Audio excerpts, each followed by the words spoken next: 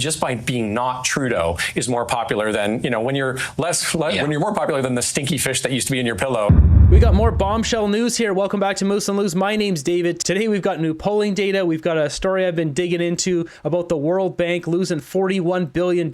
This is directly tied to Mark Carney when he was at Brookfield Asset Management working directly with the World Bank. Mark Carney gets destroyed on a CTV panel, and a new poll showing the NDP has dropped to Green Party levels. Let's jump into this. First off, we got this Ledger poll here modeled out by Sharia Teest. You can see this first 41% conservatives, 33% liberals, NDP down to 11. This is looking dismal for the NDP. They're basically getting wiped out. You can see 3 seats. The NDP on the verge of being completely wiped out. With this poll, they would drop down to almost the same level here basically as the Green Party. With that, Conservatives 164 versus 149 for the Liberals. As Sharia Teest mentions here, a Conservative minority. This is not going to happen. Not after all these years of suffering. We are not having a minority Conservative government. We need to fix the problems in this country. Weren't we at super majority like 2 months ago? This is the same thing that's happening with Kamala Harris. She got a big spike and then she dropped off a cliff. Mark Carney is the new shiny thing. Man, does the NDP suck or do they suck? Yeah, under this, they're basically wiped out completely. This is so bad our country might actually be ruined. Shreya Teesta pointing out here 500 people sample in the Yukon is insane. That is insane. You can see in the Yukon there's not a lot of love for the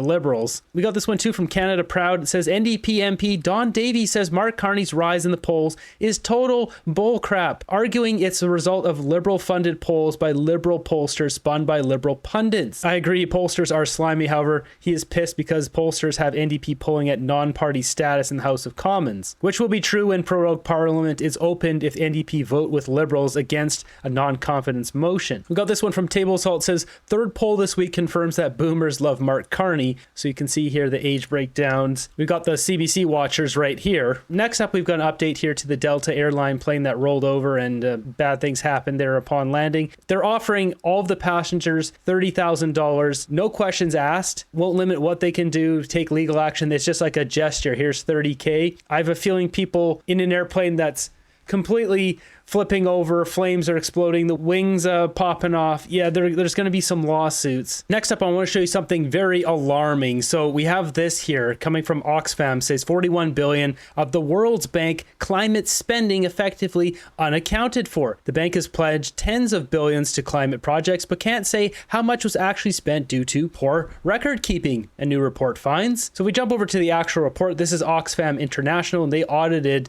the World Bank. Just wait for it. So it says here up to 41 billion of the World Bank climate finance, nearly 40% of all climate funds dispersed by the bank over the past 7 years is unaccounted for due to poor record keeping practices, reveals a new Oxfam report. So I should note the date too. A few months ago, back in October 17th, they published this, 2024. We scroll down here, Oxfam's investigation revealed that obtaining basic information on how the World Bank is using climate finance was painstaking and difficult. We had to sift through layers of complex and incomplete reports, and even then, the data was full of gaps and inconsistencies. The fact that this information is so hard to access and understand is alarming. It shouldn't take a team of professional researchers to figure out how billions of dollars meant for climate action are being spent. This should be transparent and accessible to everyone, most importantly, communities who are to benefit from climate finance. Now, the twist on this is this article here. So we've got World Bank targets private finance and new emerging markets climate plan. Notice the date on this one, November 21st, 2024. The private sector investment lab will be held at the World Bank president, Ajay Banga, working alongside co-chairs Mark Carney and the former Bank of England governor and the Prudential chair Shriti Virata. Mr. Carney's involvement connects the World Bank with the Glasgow Financial Alliance for Net Zero, which he co-chairs. FN's members include more than 550 firms across over 50 countries. Mark Carney was directly working with the World Bank. This is the same organization that lost upwards of $41 billion. Are red flags going off in your mind? They're going off in my mind. For years, the World Bank and other multilateral organizations have failed to mobilize the vast sums of financing needed to help developing countries cope with the fallout from climate change. It's always about climate change. They're blowing the horn.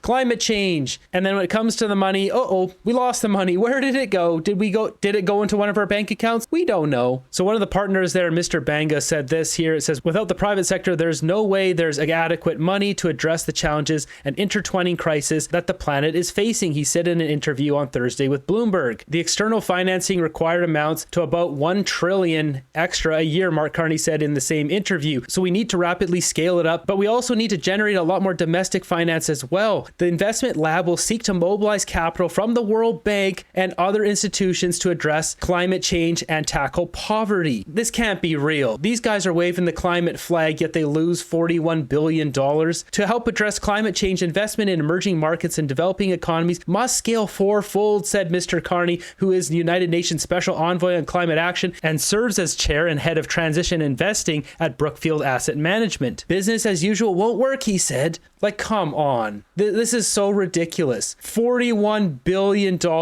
I don't even know what to say anymore. On this episode of Far Off Ripoff, got this one here, $88,000 going to Ghana, going to the government of Ghana for Ghana advisory services. What is this? What is this money? We don't even know what this is for. There's literally zero description. Got this one, $1.9 million going to strengthen the electoral processes in Ghana. Sorry, I'm going on a Ghana train here. I'm digging deep. Why would we strengthen their electoral process? Got another one from Ghana, $20 million going to the government of Ghana once again for sustainable growth and development in Ghana. Why would we spend $20 million to build up that country when we have so many problems, like buy a water bomber? Like, what is this? Next up, we're going to jump over to this panel on CTV. This guy up here absolutely obliterates Mark Carney, and I think is about his second go around. It's a pretty interesting panel, though, as they're talking about the Liberal leadership fundraising race.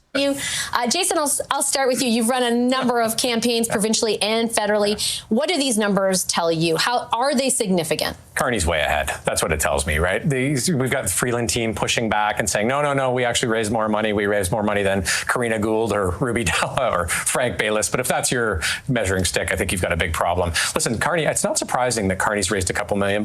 This guy's going to be prime minister, it looks like, in three weeks with no votes, nothing but a few thousand liberals voting him in. So it's not surprised that people are going to want to give him money, get sort of in there with their influence and give him $1,000 or whatever they've got. So not surprising. Listen, Carney's no one's going to take a strip off Carney until he gets into a debate. That's the only hope for Freeland, for Dalla, for Baylis, and for Karina Gould. They can't get to a debate fast enough. Yeah. So Mark Carney, he's already fallen apart at the seams here. He's saying one thing to one reporter, another to another. Like with the case when he spoke in French in Quebec about not building pipelines, and then another interview in Kelowna where he says he's going to build pipelines or he's all for it. So in the debates, he's going to get roasted, and it's going to be really humiliating. And they will have to wait a few more days, Rob, right? Those debates happen toward the end, one in French, one in English next week. And then you're still only about 9 days out from the actual vote. What do you think about these numbers?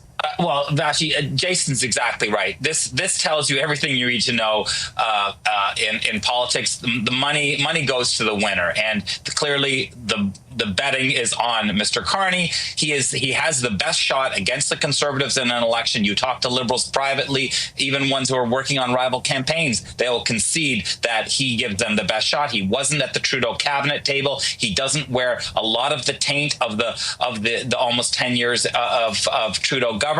But the Tories are ready. Jason will tell you the Tories have $5 million of ads ready to go to attack carbon tax Carney, as they call him, and rough him up before he's allowed to define himself to Canadian voters. But I think that's going to be a tricky attack line, because he has a formidable resume. He's been the central bank governor for 2 G7 countries. I don't think anyone else in the world has ever done that. Yeah, but his track record with the Bank of England isn't great. They're still cleaning up that mess, and people point to the governor of Bank of Canada. Well, Stephen Harper brought him in and did what Harper said, what Harper wanted. Stephen Harper was the prime minister, yet they want to give all the credit to Mark Carney and not Stephen Harper, the guy actually calling the shots. Something else to note, the leadership debate, they're doing the 24th and the 25th, but the French one is first. That's very deliberate, because they want to make sure if Carney makes any blunders, if he messes up, then he can clean that up for the English debate, which is going to be seen by way more people. The Liberals are very deliberate in staggering it that way, French first. He's got money on his side, Tom, but I think Jason is right that he'll be tested during those debates that usually, as we saw last night, and we'll discuss soon, a front runner definitely gets it from all sides. Do you think that there could be any blows landed from other candidates in a scenario like the debate, for example, or is he just like cruising to a win? I think that's a great question. And I think that the sub question is, are any of them going to have the guts to really go after him on something? And I think that there's going to be a lot of punches held back, because what's the percentage for any Liberal candidate to go out of their way to harm the person who is going to be the next Prime Minister of Canada, because he's going to win the Liberal leadership rate? I can see Ruby Dalla has no horse in that race. If she loses, she's just going to go back to running her business. She's not going to be sucking up for a minister position. Karina Gould is most likely a stalking horse to grill Chrystia Freeland and try to take some of that female vote, and just to make this whole Liberal leadership race look like a legitimate race and not that Carney has been planted there and pre-selected by Xi Jinping himself. The point that it's only Liberals making this vote, and there is something wrong in our democratic process when members of a party can be the only ones to decide who our new head of government is for however long. With regard to the debates, it's interesting. On this side of the Ottawa River in Quebec, people are going to be paying a lot of attention to his French. He's given different interviews in French. His French has been good, but not uniform. I've known him for having heard him speak twice at the university level. Very intellectual, very strong command of detailed language. But is it going to flow? Is it going to be something that connects with people? I can tell you that just from talking with ordinary folks here in Quebec, they were always looking for an alternative to Trudeau, who was a spent force. They wanted to see him gone, but Poilievre wasn't connecting with Quebecers. Carney has. And is that going to hold after the debates? We'll see. There will be people attacking him on that, no question about it. Mulcair here just loves Carney so much. Was he looking for a position? It's so sad. His bias is so clear. I listened to the Conservative complaint before about this conflict of interest. That they were saying that months and months ago. So these are attacks that the Conservatives have been practicing. They're not going to let go. They got the dough, and they're going to be going after them. But I think that overall, the Canadians are going to see a change of leadership of the Liberals. They're going to see a new Prime Minister come in and almost immediately go to a general election and let the chips fall where they may. I wanted to ask you, Jason, because just jumping off that, the Conservatives were so successful in their criticism of Justin Trudeau. He's no longer the leader, going to be the leader of the party.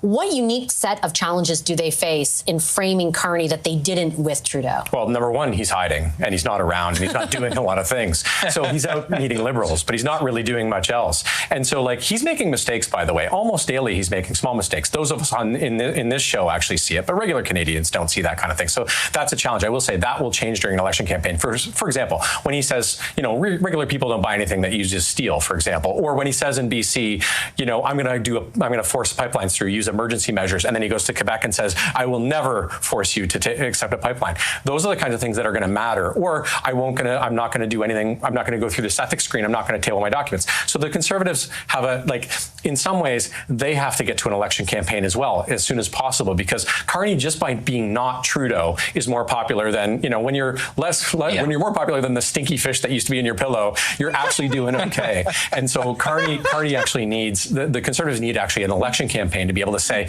the mistakes that Carney's making. And by the way, politics is really hard. Brian will know that. Tom will know that. It's really hard to run an actual national election campaign. And Mark Carney, he's doing okay talking to Liberal crowds of 100, 200, 300 people, no journalists covering him. Wait till he gets to an election campaign and he makes these sort of daily mistakes. It's a lot harder than it looks. Like having a stinky fish in your pillow. That's probably one of the most descriptive, maybe most honest description of Mark Carney here. He's totally right. Once he goes up against Pierre Poilievre, the guy's a debate king. And look, just every single day something's coming out. Now that we've got Mark Carney going to Vancouver, that riding there, where there's a United Front member there, directly connected, funded from the CCP, United Front. They're supporting him, donating to his campaign, direct funding straight from China. It's like every single day there's more and more firepower against Mark Carney. The guy basically doesn't have any other option but to just call an election immediately. Rob, I'll give you the last word on this. And I think like all of what Jason said makes a lot of sense. At the same time, it's hard to discount. And obviously it's happening right now. But there's new Angus Reid, new Nanos out today. Like in a matter of weeks, certainly the idea of Carney, and to be fair, largely untested, but the idea of Carney is working for the Liberals. Yeah, I mean, lance the Trudeau boil, and guess what? That 20-point lead becomes, well, in Nick Nanos' latest, a 7-point lead for the Tories. I mean, it seems so obvious to us. Actually, we've been talking about this for so long, since last June, when that by-election here in Toronto, at Toronto St. Paul's, we thought that Trudeau would be gone then, and that something like this could happen. It's now happening. Jason's exactly right. This is so disgraceful that people are supporting the Liberals after they've ruined our country. Like, I don't know what's wrong with Canadians. It's one thing if you voted for Trudeau the first time around. The second time around, like, should have learned your lesson. But third time around, and now we're the fourth time around, swapping out Trudeau for Carney now. Yeah, let's give them another shot, because our country is in such bad shape because of their policies. They deserve another shot, but with a different guy. Like, people need to wake up and actually get serious about learning who these people are. They're just like, oh, Mr. Banker, he must be smart. He'll think of me, do what's best for me. No, they won't. That's the problem. Canadians are way too apathetic about politics. They don't want to get involved. They just vote based on a guy's hair or if he's a banker and what they think of the guy without knowing anything about them. Right, though, I think that if I'm Mr. Carney, I want to hit the gas to the pedal right away and go into an election, because I'm not sure he's ready for the prime time of scrutiny of political reporters hanging on your every word and asking you the question, the contradictions in what you're saying.